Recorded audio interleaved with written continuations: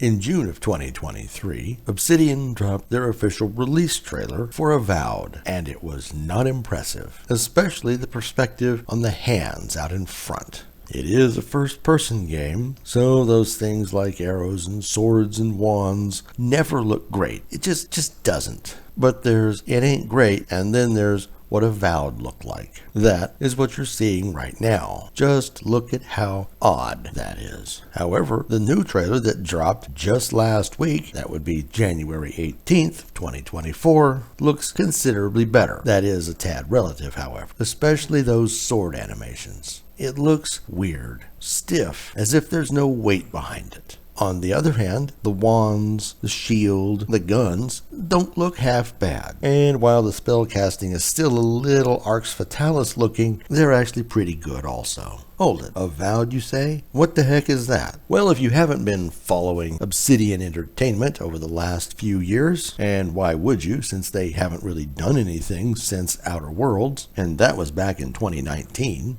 man, time flies. You could have easily missed the Avowed trailer they dropped. Oh, it wasn't a trailer. It was a couple of arrows flying through the air saying, oh, there's a game coming back in 2020. Well, they remedied that. On the 18th of this month, they dropped an official announcement trailer. And then, on the 22nd, they did an extended gameplay breakdown on the Xbox channel. Links to both of those are in the description below. The trailer they released on the 18th was considerably better than what they had released back in June, but it left some things to be desired, as we mentioned. However, what they discussed during the extended gameplay breakdown made things look an awful lot better, sort of. Still can't say I'm loving those sword animations. But as we've often said on this channel, the graphics are not the important thing. The mocap is not the most important thing. It's those stories, it's dialogue, it's characters. So here's to giving them the benefit of the doubt on those weird sword animations. And it really is just the sword that looks kind of bizarre. And is anybody else getting a little bit of Hogwarts Legacy vibe from those wands?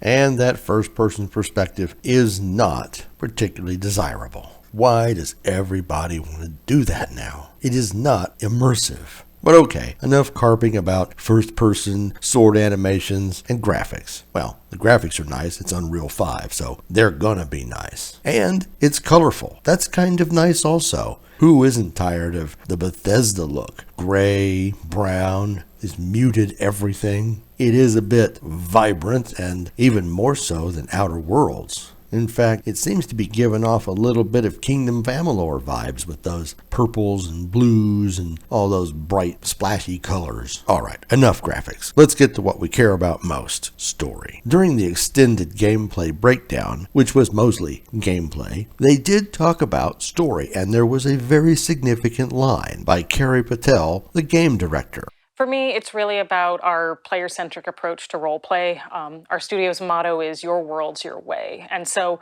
the way we really approach choice and consequence and everything else is just giving players opportunities to define who they are in this world, how they want to behave, like just what fantasy, what challenges they want to undertake. And so with all of the content we design, whether it's quests, companion relationships, or gameplay, which Gabe can talk to, we really try to create this player-shaped whole. Will they keep to that? Well, you never know until the game releases, but it is nice to hear that the player's experience as the player character is most important to them. How many times in games do we get to tell somebody else's story while our character does pretty much nothing and is bland? That is a criticism of Outer Worlds that we found. We just didn't care about our character. Carrie Patel goes on later to mention how the player's experience as the PC is important, as well as how the supporting characters play into that with their own stories and their own motivations, of course, but it really does appear that it wants to revolve around the PC. And how about dialogue? In their announcement trailer, you see a little bit of dialogue. In fact, you only have one little square of PC dialogue. However, in their extended gameplay breakdown, we see several other bits and multiple choices that we have. Not just a neutral, good, bad choice. And And it does appear, especially in this clip, that there are specific checks for possibly your character's class and maybe attribute points. That top little dialogue option with what looks like an arrow, maybe that means something significant. Here's hoping.